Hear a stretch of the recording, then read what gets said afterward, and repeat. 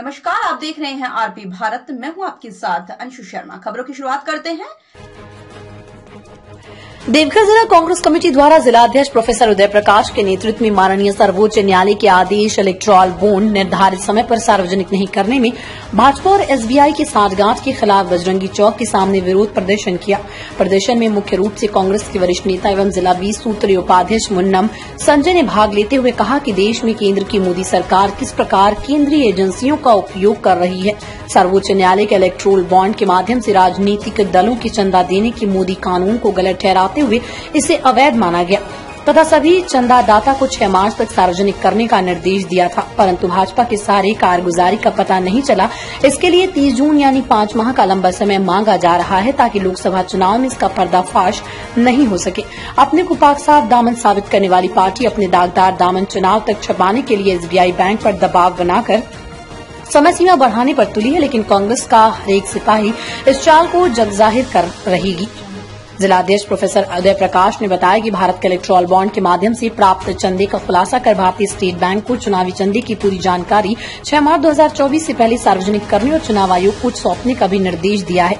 इस फैसले का देश भर में काले धन के खिलाफ निर्णायक कदम के तौर पर व्यापक स्वागत किया गया। चुनावी बॉन्ड योजना के प्राथमिक लाभार्थी होने के नाते सत्तारूढ़ भाजपा को सुप्रीम कोर्ट के फैसले के बाद असुविधा का सामना करना पड़ रहा है।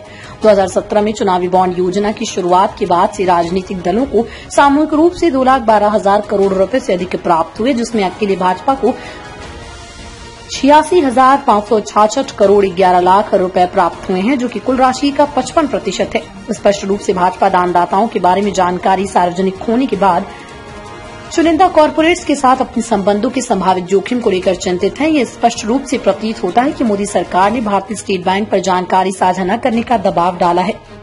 चुनावी बॉन्ड की विवरण साझा करने में देरी संदिग्ध है, क्योंकि देश के सबसे बड़े और पूरी तरह से कंप्यूटरीकृत बैंक को चुनावी बॉन्ड के बारे में जानकारी प्रदान करने के लिए 5 महीने की आवश्यकता नहीं होनी चाहिए। इससे पता चलता है कि एसबीआई का इस्तेमाल बीजेपी कर रही है।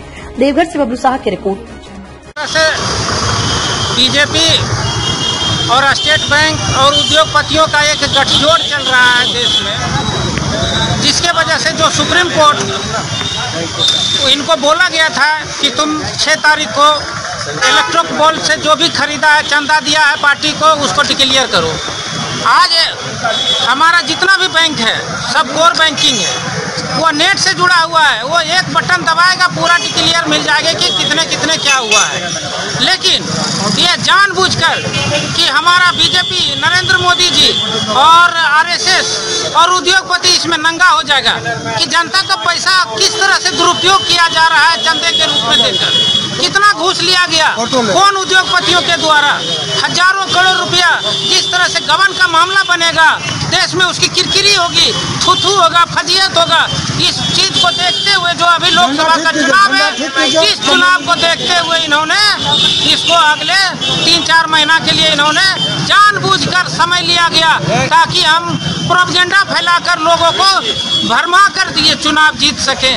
लेकिन जनता अब समझ चुकी है कि किस तरह से घपलेबाजी, सुप्रीम कोर्ट के ऑर्डर को भी दरकिनार करने का काम स्टेट बैंक केंद्र सरकार के दबाव में, उद्योगपतियों के दबाव में, इनको बहुत सारा उद्योगपति बोला कि तुम्हारे यहाँ हम खाता नहीं रखेंगे। ये डर से इन्होंने इस तरह का घृणित कार्य कर रहा है। मैं इसकी घोर निंदा करता हूं और आपके माध्यम से पूरे देश के जनता जनार्दन से भी अपील करता हूं किस तरह से आपको गलतफहमी में डालकर आपके पैसा को लूटा जा रहा है और दुरुपयोग किया जा रहा है। इसी के दौरान आज पूरे देश भर में कांग्रेस पार्टी अपने नेता, पदाधिकारी और कार्यकर्ताओं के द्वारा धरना और प्रदर्शन का काम किया जा रहा है। गांव-गांव जाकर हम लोगों को बताने का काम करेंगे किस तरह आपके पैसे का दुरुपयोग किया जा रहा है। इसी देवघर जिला कांग्रेस कमेटी के तमाम कार्यकर्ता जो सुप्रीम कोर्ट का चुनावी बॉन्ड पर फैसला आया था कि यह असंवैधानिक है और जिस बैंक के माध्यम से ये चंदा गया है उसको कल 6 मार्च को डिक्लेयर करना था और इनको स्टेट बैंक को देना था चुनावी बॉन्ड का पूरा विवरण चुनाव आयोग को।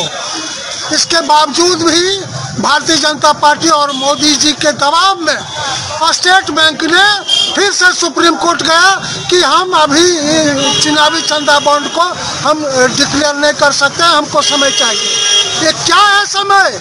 ये समय है देश में पूंजीपति की सरकार है, बीजेपी की सरकार जो चल रही है पूंजीपतियों के भरोसे चल रही है, और उसमें जो भी पैसा है वो देश का पूंजीपतियों का चुनावी बॉन्ड के माध्यम से बीजेपी के निधि को ये लोग भरने का काम किया है।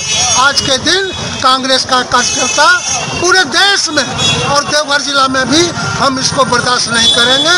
और स्टेट बैंक अपनी जो जिद है और इस सरकार को जो संरक्षण दे रही है, कांग्रेस के कार्यकर्ता रोड पर उतर करके इनको स्टेट बैंक को सूची देना होगा। चलिए, खबरों की हर अपडेट पाने के लिए चैनल को लाइक, सब्सक्राइब, शेयर करना ना भूलें। नमस्कार। दमदार निर्माण का भरोसा लाल स्टील TMT बार्स, हर निर्माण के लिए उपयोग। लाल स्टील TMT बार्स, रिश्ता मजबूती का।